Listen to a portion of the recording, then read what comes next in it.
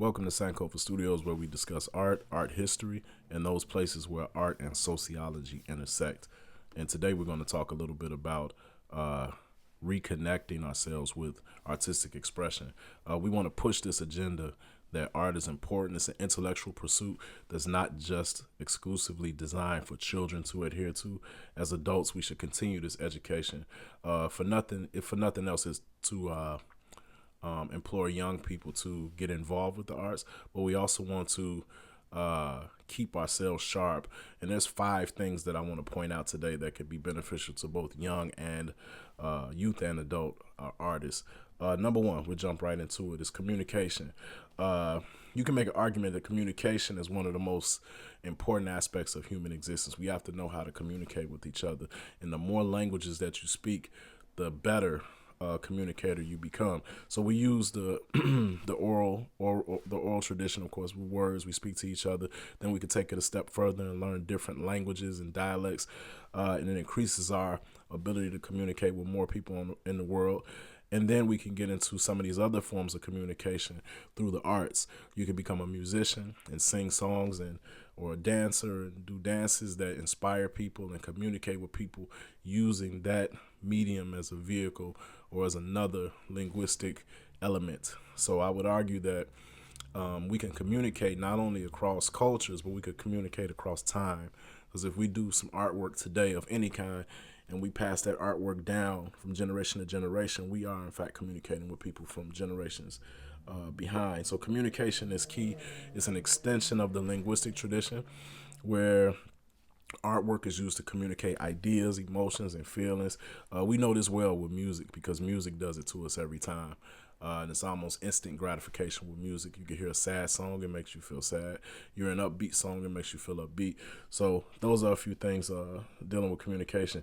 And then communicating through the arts, I would say the medium of paint, for example, it can last for a long time, especially oil painters. You got oil painters that, go beyond 1,000 years. So communication is one. Improved memory. That's something. It's learning music is a medium in particular aids in memory a lot of times. Even as children, they memorize songs. Sometimes I'll say better than they memorize just text or just a spoken word. So even when we learn our first song and our first lesson, for a lot of us, the ABCs, A, B, C, D, E, F, G, we learn that song and that rhythmic pattern, and we pick it up and we hold on to it and have it for life. There's songs that were out and popular when I was 12 and 13 years old. I still remember today, and I'm in my 40s today. So that improved memory, or that enhanced memory, is an important piece. And we have to remember that art is it's an intellectual pursuit. It's a mind expression. So we want to keep that in mind as we move forward. Number 3, confidence, not conscious, self-confidence. It builds self-confidence. You start off, and like many artists have low artistic self-esteem in the beginning when they first start producing works, because they don't know how it's going to be appreciated by the onlookers or by the people who appreciate art. We have to get that out of the artist's head first and foremost. You got to care less about what people think about it. Just tell your truth. Say what you want to say. Express it how you want to express it, be it with a paintbrush, a pen, pencil, markers, dance, song, or whatever the case may be. But you have to have that confidence to jump out there and let the world see it, as long as it's true. I have people ask me sometimes, because I write poetry as well, and people will ask me about poems. What do you think of this poem? Is it good? Is it bad? And I say there's no such thing as a bad poem if it's honest. If you're telling the truth, it's just your story. So I can't say that your story is a bad one or a good one. It just is. So I may not understand it, but that's not the artist's responsibility to make me understand. If I can't appreciate it, just keep it moving to the next piece. But self-confidence is important.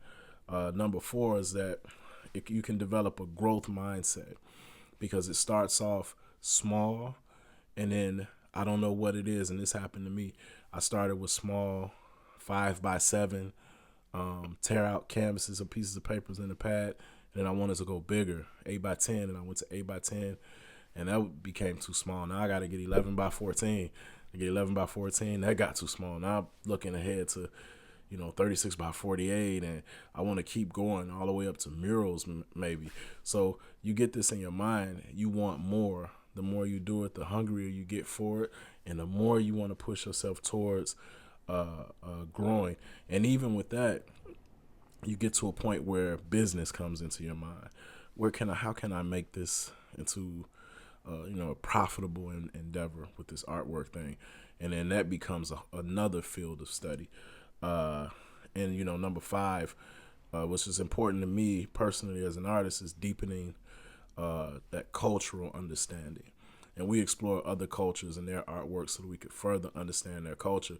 But for me personally, I feel that I'm a piece of a long history of black artists in America, and I'm just adding my contribution to that legacy or that lineage, and also giving people from outside the culture a glimpse inside the culture, and it shows them a little bit about what some of us are thinking about, what some of us find beautiful, about our techniques and practices and processes that we use may be different than what's taught in academia with art, with the visual arts. I'm speaking specifically about the visual arts here.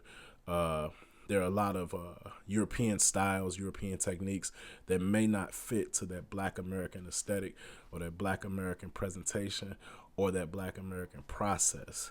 Every culture puts their own flavor on everything, and that goes across mediums into music and dance, et cetera, et cetera. We could go on and on about that. But deepening that cultural and self-understanding can help you understand yourself better. I hear artists. I was just responding to an artist the other day on Instagram. Asked a question in the inbox about it was on Facebook. Asked, what do you do when you get in a slump? And I was telling them that when I get in a slump, I study art history. I start finding and seeking out those unsung masters of the craft. And doing that has improved my knowledge of art history tremendously over the years. And it's also improved my personal output, what I do artistically. I started learning, I started experimenting, because the more you know, the more you can try. I started learning about processes and tweaking those processes to develop my own, study color theory. And then inevitably the slump will end, but in the meantime you were learning as you were going. There's nothing better than an artist, and this is my opinion, there's nothing better than an artist that also knows art history. Sometimes you find artists that know very little about art history. You have people that know a lot about art history that are not themselves artists, not committed to art, being an artist. So it's always good to have that balance of art history and technical ability. So that cultural understanding. And again, with the adults and the youth, it's important that the youth get their hands on get their hands on an opportunity to present themselves artistically. And as adults, we have to provide them with that vehicle to present their truth and their expression. And also to have us as examples of what to do and how to do it. So that means parents, we have to do, even if we say, oh, I can't draw or I can't paint, you have to try and let the young people see you giving it a shot. And maybe that'll inspire them to take it a step further than what they see you doing.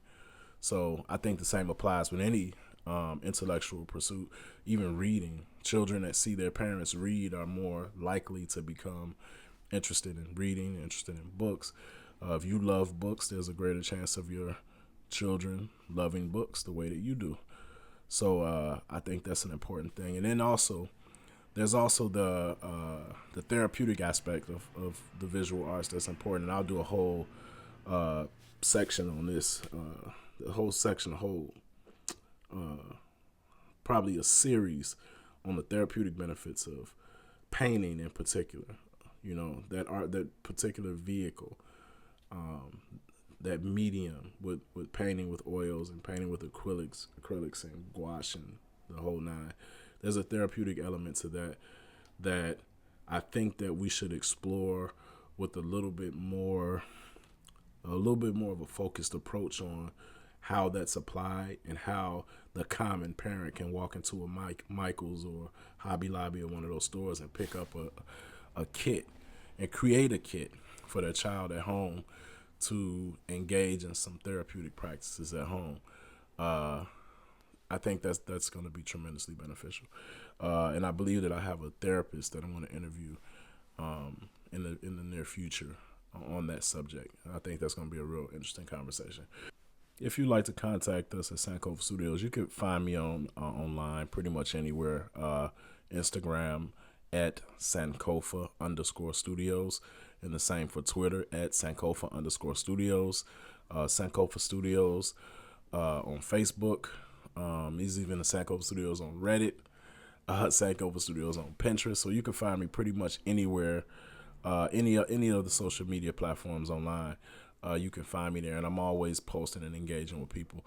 And if you have any questions, direct questions, you can visit me at sankofastudios.com, or you can reach me by email directly to me at info@yaqubshabazz.com. info@yaqubshabazz.com. That's YAQUBSHABAZZ. That's info@yaqubshabazz.com, and I can answer any of your questions. But again, visit sankofastudios.com and check out some of our workshops and webinars, and we can keep this conversation going, and hopefully we can get the whole world talking about art, especially conversations about those unsung heroes, those figures that don't get the support and the shine that they deserve historically. And with that said, until next time, peace.